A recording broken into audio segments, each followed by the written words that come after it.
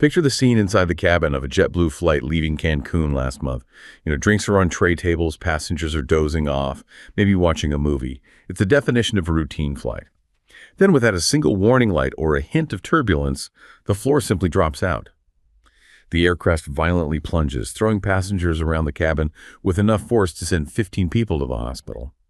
Naturally, when the investigators arrived, everyone expected to find a mechanical failure. We instinctively look for a loose bolt, a frozen sensor, or perhaps pilot error, something tangible we can point to and blame. But when Airbus and safety regulators finally cracked the case, the culprit wasn't a broken part. It wasn't even strictly on the plane. It was the sun. Specifically, intense solar radiation had managed to corrupt the critical data inside the flight control computers. It sounds like something out of a science fiction novel. A burst of invisible energy from 93 million miles away didn't just rattle one plane, it triggered a global chain reaction. Now, that single cosmic glitch has caused departure boards to light up red from Tokyo to New York during the busiest travel weekend of the year. It has grounded hundreds of aircraft for emergency software patches, disrupted thousands of family holidays, and, in a bizarre twist, even granted the Pope's diplomatic mission. It really forces you to ask, if a random solar flare can ground the Vatican's charter and scramble the entire global aviation network, just how vulnerable is the modern technology we trust with our lives? Okay, let's unpack this. We're so used to thinking of aircraft failure in mechanical terms. An engine fails, hydraulic line bursts, something physical breaks. But here we're dealing with an invisible force, cosmic rays, causing an A320 to violently pitch down. A mechanical failure we can understand, but invisible cosmic rays. What is actually happening at the hardware level? What's the mechanism here? Right. It's a fascinating question because it moves from the physical world into the digital one. Yeah. The term we have to get familiar with is single event upset, or SEU. SEU. That's our primary cosmic culprit, and understanding it is really key to this whole crisis. An SEU is essentially data corruption. Think of it as a bit flip. It's caused when a highly energized solar particle, we're talking subatomic size here, strikes a really sensitive part of a semiconductor chip inside a computer. So a particle from space physically hits the computer chip. Exactly. Think of a single transistor inside a microchip, especially in a memory cell. It stores data as a tiny electrical charge. That's your 1 or your 0. These particles, they're moving near the speed of light, and as they pass through the silicon, they ionize it. They create this little electrical current that can dissipate the stored charge. And just like that, a 1 becomes a 0, or a 0 becomes a 1. And that's what happened on the JetBlue flight? That's the theory, yes. On that Cancun to New York flight, October 30th, that solar radiation appears to have caused one of these bit flips in the flight control system. And that single digital error had this, profoundly physical and violent manifestation, the uncommanded drop. And we need to stress this wasn't some kind of once-in-a-century super solar storm, right? The media loves the term solar flare, and you imagine this huge apocalypse. Not at all, and that's maybe the most unsettling part of this. The timing, October 2025, is relevant. The current 11-year solar cycle is approaching what we call its solar maximum, so activity is generally elevated. Right. But the incident itself happened during a G1 geomagnetic storm. And a G1 is minor. It's considered minor on the space weather scale, yes. We get G1 level storms, or higher, about once a week, somewhere on the line. Once a week. So the real story here isn't the severity of the storm. It's the inherent lack of resilience in that specific aircraft component. If a weekly space weather event can expose a vulnerability that risks the entire structure of the aircraft, then, well, the problem isn't the sun, it's the design. Okay, so if this kind of radiation environment is so common, why did it take this one flight, this one violent incident, to expose the flaw? Which specific component failed? The investigation narrowed it down very quickly, and this is where it gets really specific, which is fascinating. The mandatory advisory that grounded all those planes, it identified the culprit as the elevator and aileron computer, or ELAC, specifically the ELACB hardware. ELACB. Right, and even more specifically, only when it was fitted with software version L104. So it's this very precise combination of one piece of hardware and one piece of software. Exactly. The ELAC is a critical piece of kit. It processes the pilot's side stick commands and sensor data to control the primary flight surfaces, the elevators for pitch, the ailerons for roll. And it seems that the L104 software version, when running on that specific ELACB hardware, had some kind of memory mapping or an error handling routine that was just hyper susceptible to this bit flick. So the SEU hit a register that was controlling the elevator position. That's the idea. It corrupted the command signal, and boom, you get a sudden, uncommanded nose-down movement. And I think I read the corruption happened in the Thales made ELAC, Yeah? but the bad data that it received came from Northrop Grumman ADIRU. That suggests a chain reaction, which I want to get into, but what was the actual risk that forced them to ground 6,000 planes? Right. So the JetBlue event was what you could call patient zero. It was the real-world proof that this flaw existed. But the technical investigation after that revealed the truly terrifying worst-case scenario. The advisory warned that this specific vulnerability could lead to an uncommanded elevator movement that was so significant it might, and this is the quote, exceed the aircraft's structural capability. Okay. That is a chilling piece of bureaucratic jargon. Yeah. Exceed the aircraft's structural capability. Lay that out for us. What does that mean? It means the system could command a pitch movement, either up or down, with such speed and force that the stress on the wings and the tail would exceed the physical design limits of the airframe. Yeah. The plane could break apart. It could lead to a structural failure. Yes. No. Essentially, a catastrophic in-flight breakup. Wow. So given that existential risk, the immediate mandatory action, the Airworthiness Directive, or AD, it wasn't just necessary, it was a race against time. Okay, so with that level of severity, what was the fix? How do you possibly coordinate a fix for 6,000 jets, both old and new A320s, in the middle of a global travel surge? Thankfully, the fix itself was digital. That's the one piece of good news here. It wasn't a complex mechanical retrofit. The action mandated by the AD was primarily a software rollback. The rollback. Yes. Operators were told to either revert the software on that ELACB hardware to an earlier stable version that didn't have this vulnerability, or if they had to, replace the whole hardware unit with one that was already running the older, safer software. But the scale of that, I mean, the A320 family is the world's most popular airliner. It's massive, but the time to perform the fix was relatively quick. Airbus estimated about 3 hours per aircraft. 3 hours, okay, that sounds manageable on its own. It is, but when you multiply that by 6,000 aircraft, many of which are in constant rotation all over the globe, the logistical scale just becomes horrifying. Every airline had to pull these planes out of service right now and get maintenance crews on this one urgent task. 3 hours feels manageable, but the scale is just terrifying. All because an invisible particle flipped one bit of data. This brings us right to the engineering failure. Why did this specific hardware fail? Why was it still in the newest A320neo models? And that takes us deep into the philosophy of older avionics systems. The affected flight computer, the ELACB, it has what we'd call a legacy vulnerability. It was designed way back in the 1990s. The 90s? Yes. And while it had an update around 2002, the core chip architecture reflects the standards of that era. And back then, advanced error detection and correction, or EDAC, it just wasn't a standard safety requirement for this type of component, at least not for cosmic ray strikes. So they didn't build in a way for the computer to check its own work? Not to this degree. I mean, integrating robust EDAC was likely seen as too expensive, maybe too complex, or it would slow down the computer too much for the processing power they had at the time. Wait, hold on.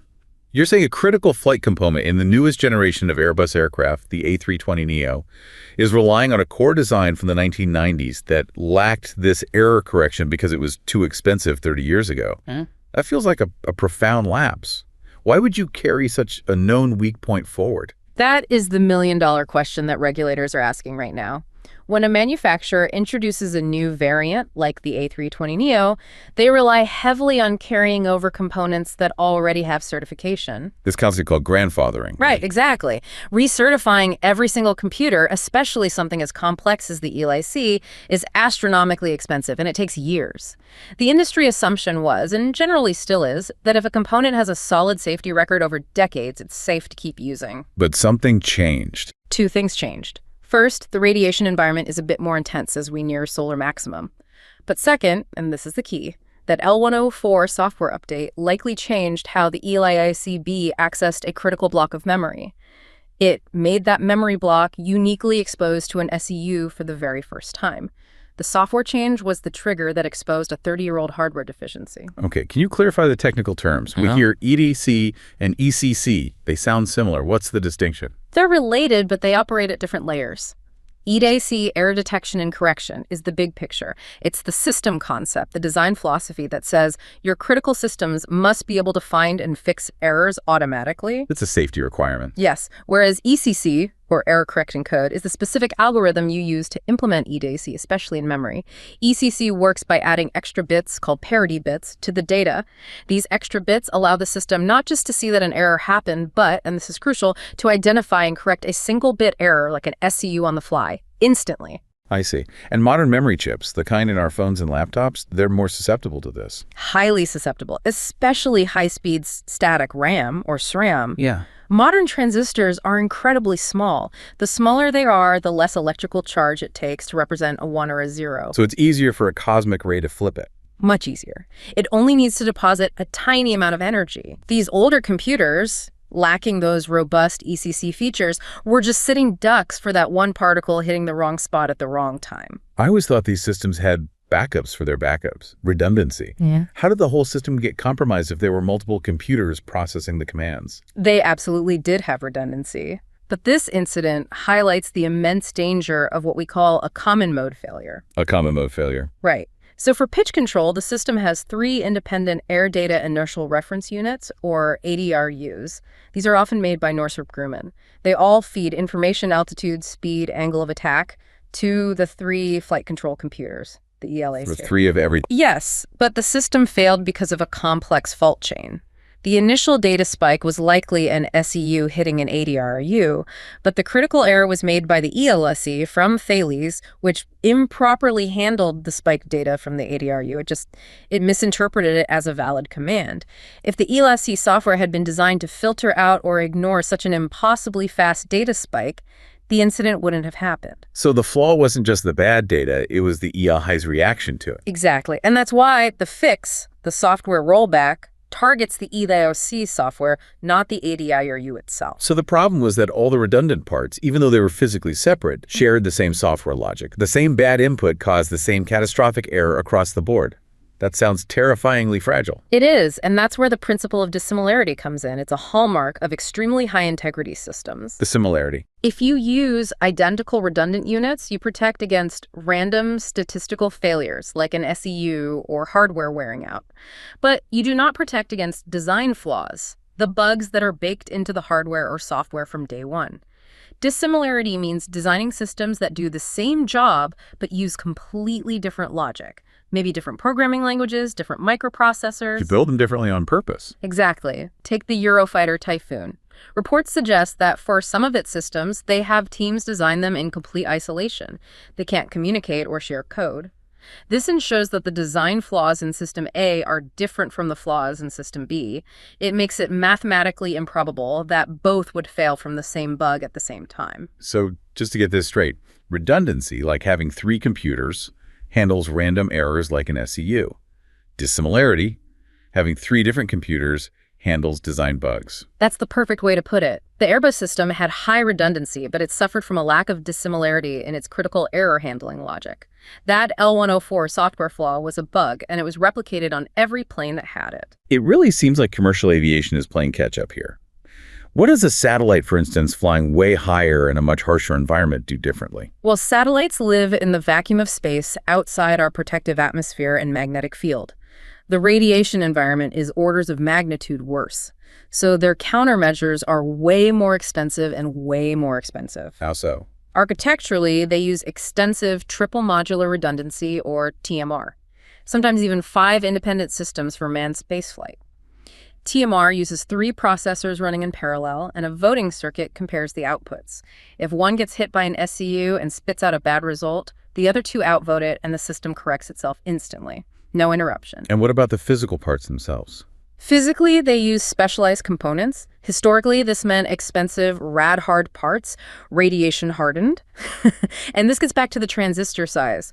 Older chips use larger feature sizes. A bigger transistor holds more electrical charge, so it takes a much bigger energy deposit from a cosmic ray to flip its state.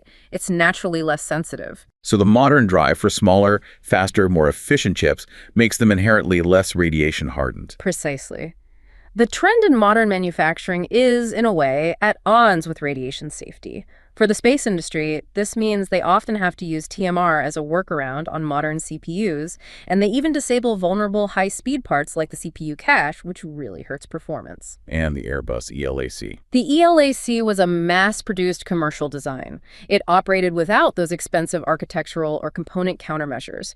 And in October 2025, that cost-saving choice compromised safety. This issue isn't entirely new, though, is it? I feel like I've heard of this before. Were there precedents the industry should have paid more attention to? Oh, absolutely. This specific type of vulnerability has been known in safety circles for over a decade. The most famous and the most chilling precursor is the Qantas Flight 72 incident back in 2008. Qantas 72. It was an Airbus A320 flying at 37,000 feet near Australia. One of its 3 ADIRUs, the same kind of unit we've been talking about, failed. It started sending incorrect data to the flight control computers. And this triggered 2 sudden, violent, uncommanded pitch downs. The aircraft plunged over 650 feet almost instantly. I remember the reports. The chaos in the cabin must have been unimaginable. Absolute chaos. Passengers weren't restrained. They hit the ceiling. There were 119 injuries. The crew had 0 warning. They were suddenly in a fight with their own airplane. And what did the investigation find? It was exhaustive. They ruled out mechanical failure, pilot error, software bugs. They concluded that an SEU was the probable culprit for corrupting the data inside that one ADIRU. It was a failure of data integrity, identical in nature to what we think happened at JetBlue, only that time the flaw was in the ADIRU's output, not the ELA's reaction. So the industry's known for 17 years that cosmic radiation can cause an uncommanded pitch down violent enough to cause mass injury. Exactly. The 2025 JetBlue incident wasn't some kind of black swan event.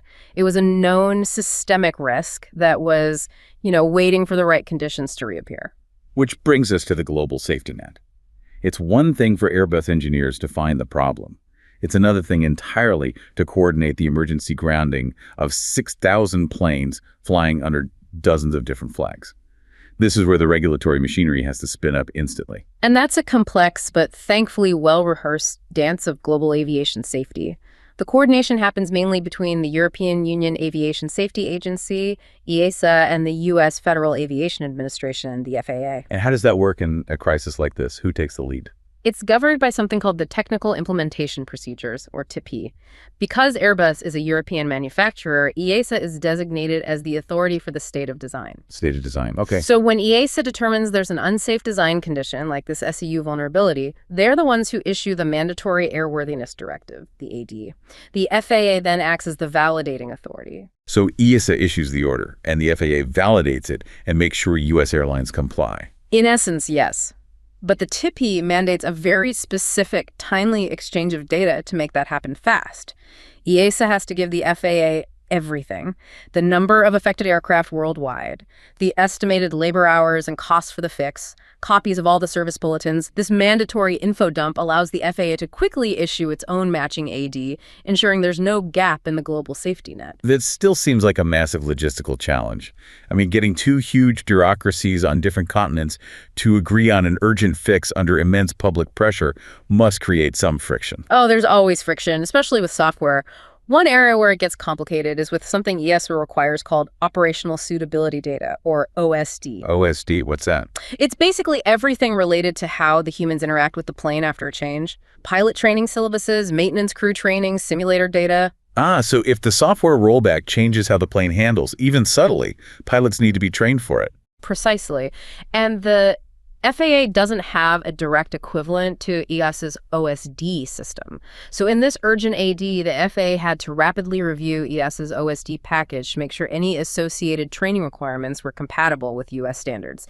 Even when it's fast-tracked, that kind of bureaucratic cross-checking adds critical hours to the clock. And once those ADs were issued, the mandate was absolute. Non-negotiable. The modification was classified as urgent, meaning it must be completed before the aircraft's next flight. So a plane scheduled to leave at 8 a.m. had to be pulled off the line at midnight and fixed. Exactly. We saw carriers in India, like Indigo and Air India, with hundreds of planes involved, just scrambling to meet a Sunday deadline set by their local regulators following EASA's lead. It was a global, coordinated scramble. You mentioned American Airlines. They initially thought they had 340 aircraft affected, but that number dropped to 209 pretty fast.